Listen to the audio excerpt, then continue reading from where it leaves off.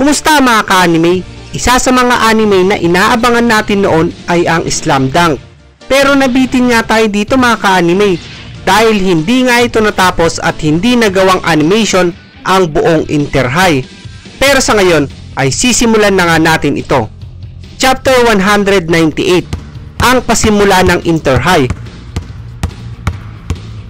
Habang papunta sila Haruko ay napansin nila na tila may tao sa loob ng gym at nandito nga si Mito, kung saan ay nag-iinsayo nga ito kung paano mag-shoot ng bola. Pero may isa nga dito mga ka-anime ay hirap siyang maipasok. Ayon kay Haruko, umalis sila para sa national tournament. Pero may narinig kami na ingay na nagmumula sa gym, kaya nagpunta kami dito. Ayon naman kay Mito, naiwan ko kasi yung t-shirt ko dito. Nakakabilib ang tunog at ang lakas ng bola. Kapag wala ang mga player na show ko dito, napakatahimik ng gym. Nakakatawa mang sabihin ito, pero ito talaga ang nasa isip ko. Nakakapag-shoot na si Sakuragi ng ilang beses. Salamat sa mga suporta nyo sa training niya. Pero natawa nga lang dito si Mito. Pagkatapos ay naitanong niya kay Haruko na bilang isang may experience na sa pagbabasketball, ano yung tingin niya kay Sakuragi? Kung gumagaling ba ito talaga?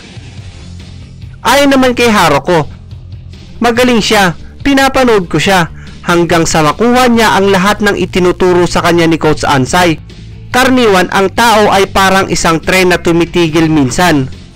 Gayunpaman si Sakuragi ay katulad ng isang Shinkashin bullet train na hindi tumitigil, kaya kinaiinggitan siya ng iba.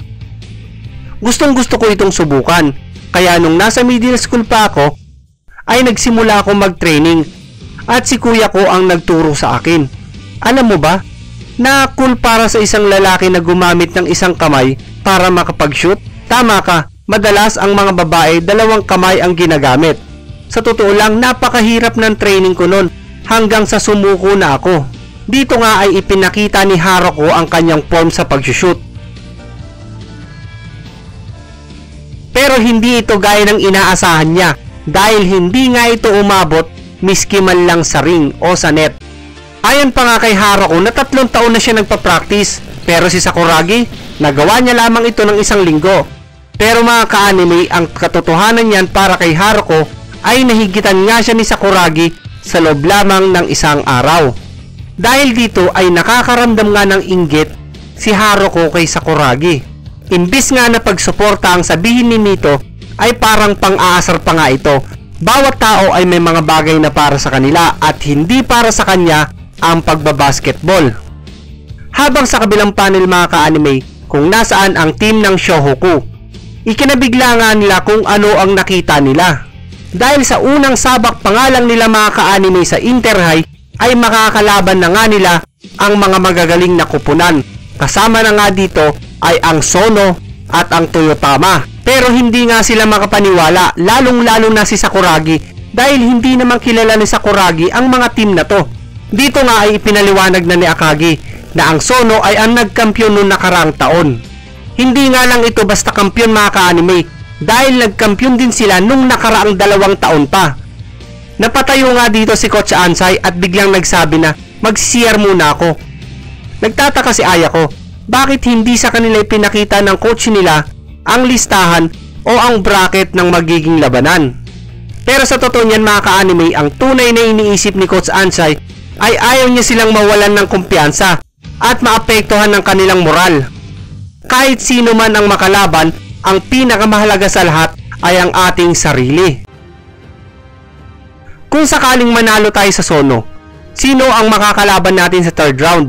Pero para nga kay Sakuragi ay napakalaking misteryo ito dahil kahit siya ay hindi niya ito maintindihan.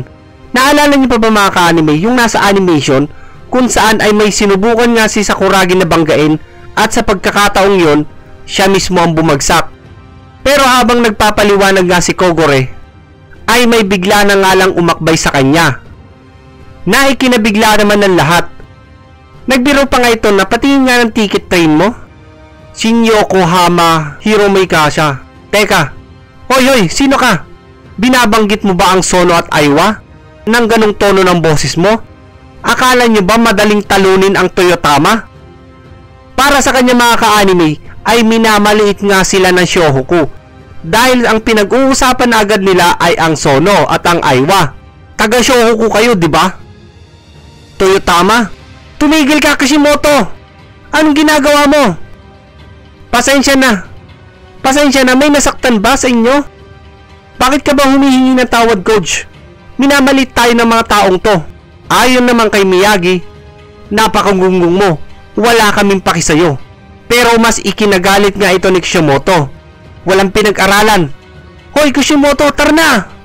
Mga gunggong, nangangarap na makaharap ang Sono.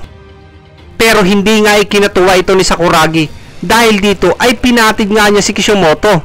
Naagara naman paghawak nito sa ulo ni Sakuragi. Dahil sa ginawa ni Kishimoto ay naalarma na nga ang lahat. At dahil dito ay nagsilapitan na ang lahat at niyayaya na nga si Kishimoto para umalis na. Pero ayon kay Sakuragi, hoy, mahabang buhok na bakulaw, hindi ko makakalimutan ang paghawak mo sa ulo ko. Nararamdaman na ni Kogore na mukhang hindi magiging maganda ang unang laban nila.